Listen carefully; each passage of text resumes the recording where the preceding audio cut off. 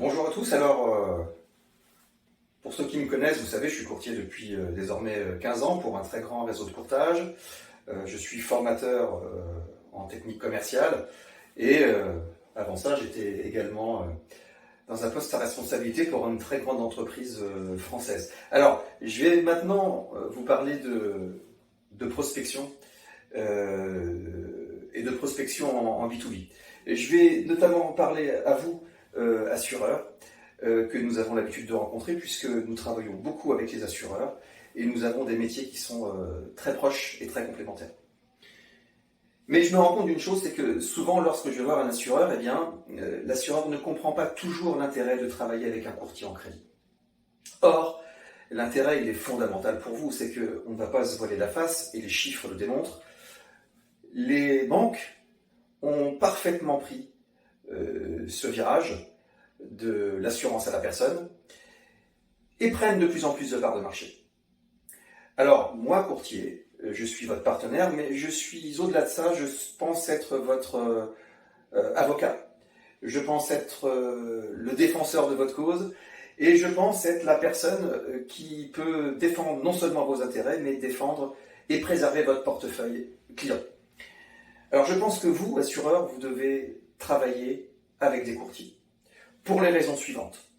Mettons-nous dans l'idée où vous recevez un client, que vous soyez courtier April, AXA, Generali, peu importe.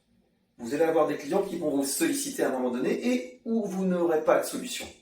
Vous n'aurez pas de solution en termes de prêt immobilier, par exemple, parce que le produit n'est pas dans votre gamme, parce que votre tarification est trop élevée, parce que vous n'avez pas les conditions qui conviennent aux clients, ou cela ne rentre pas dans vos critères. Eh bien, si vous dites non à votre client, vous allez perdre ce client. Parce que ce client va être donc en recherche de solutions. Il ira donc voir une banque. Mais que va faire la banque? Faire le prêt immobilier et, bien entendu, récupérer la partie assurance qui est chez vous. L'assurance habitation, l'assurance scooter des enfants, etc., etc. Autre exemple.